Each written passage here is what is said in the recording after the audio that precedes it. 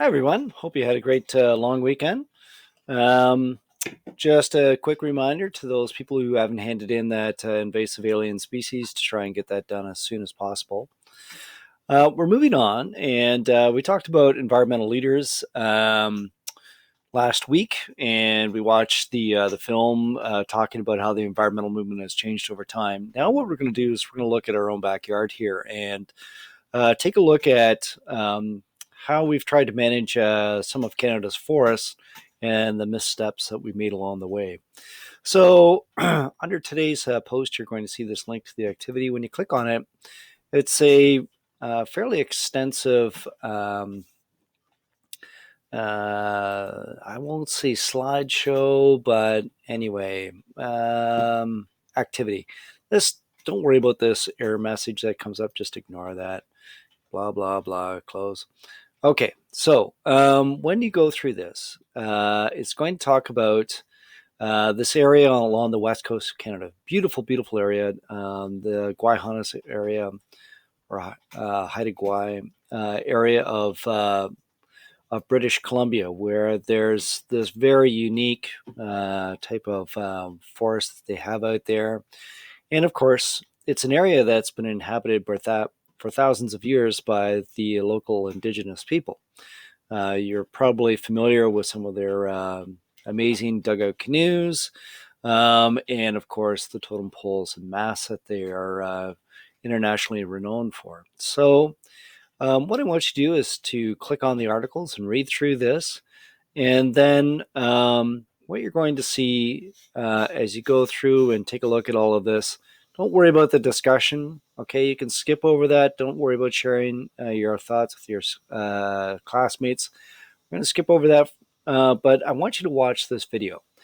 And as you go through the video, you're going to be taking notes, as it says here, about the different stakeholder views and the important steps that happen along the way. What you're going to find out is literally the government completely ignored local indigenous people and the local community, and sort of did what they want with the forest. And slowly over time, they came to an understanding that this sort of management style was completely unacceptable. And now we've got this far more sustainable approach to managing the forest in the region. I don't want to give too much away, but watch the video. And then what you're going to do is make this timeline. Now, this activity here is just give you some ideas on how to make the timeline. So, as you think about a particular event, so for instance, back in the 1950s and 60s, there was unlimited forestry by forestry companies in the area. You know, is that great importance or very low importance? This is basically getting you to think about how important each event is. Um, so once you've sort of gone through and thought about all the different events that happen, there's a lot more than 8 major events. But what you're going to end up doing is making a timeline of the 8 most important events that happened uh, throughout the film. And where are we here? Long description. Oops. Nope, that's not it.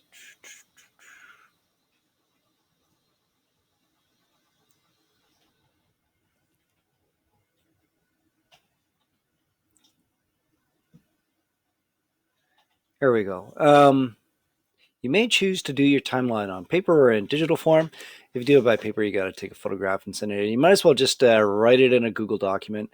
And it can be just as simple as, okay, here's the name of the event that you're going to give it. Here's the general timeline of when it happened.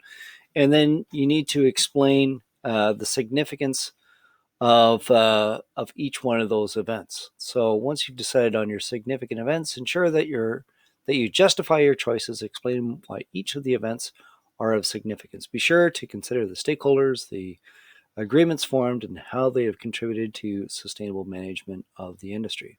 So you want to see this evolution over time of how the management of that forest has happened. Only 8 events. Okay, so you're not going to list every single thing that happened, but just the sort of top 8. Later on, you're going to start considering this Global Stewardship Award. Basically, by the way, this activity will be due this week. The next activity, this Global Stewardship Award, is not going to be due for. It's not going to be due this coming week. It'll probably do the following week. But essentially, what you're going to do is pick an environmental leader. Everything from, Jane Goodall, who I've met, amazing woman, Greta, all sorts of different examples here of people that have had a real significant impact on the environmental movement. And what you're going to do is come up with a short slideshow or Prezi or story map, whatever you think is your best way of sort of getting this message through. Basically, tell me a short biography. When was this person born? What country are they from? What's their background in education, whatever it might be. When it comes to this resource management issue of focus and involvements and contributions, I know that this is supposed to be two different slides, but there's a lot of overlap between the two.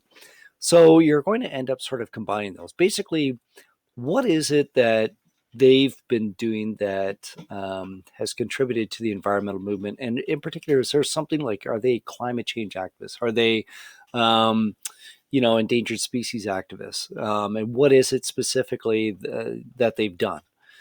And then you're going to have a slide. So this is sort of one big slide. And then you've got your nomination pitch. All right. So in this case, you want to say, this is the key. These are the key things why I think this person is more important than anyone else out there to get the Global Stewardship Award.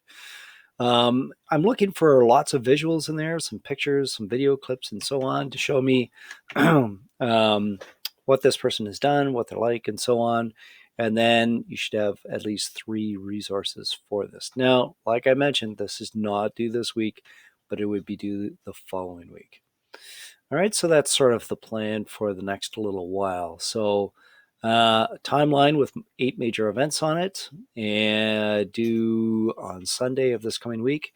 And then you can get sort of started on this Global Stewardship Award. All right, we'll talk to you soon.